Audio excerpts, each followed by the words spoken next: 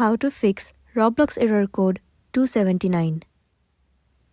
So let me head over to one of the article which is gonna guide you and help you to fix this issue. So this is the article that's gonna guide you with the step-by-step process. What you wanna do is, first of all you have to update the Roblox app. Whether you are on your Android device, iOS device or on your PC, you have to make sure that you are using the latest version of the app. It's a good common practice to keep your apps up to their latest versions. Updates can come with performance improvement and bug fixes, both of which can make the app run better and possibly fix the issue. Now the next thing you want to do is, you have to restart your device. Restarting your device seems to fix everything. Well, not everything, but it will very often iron out any simple software issues.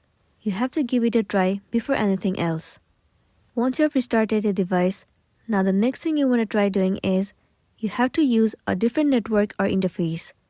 Well, the PC players who usually connect via Wi-Fi should consider using a wired connection. If you don't have an Ethernet port on your machine, maybe you should try using your phone's hotspot. So that way you will be able to fix the issue that you have been facing. Also, the next thing you can try doing is use a different browser, or you can even create a new browser profile.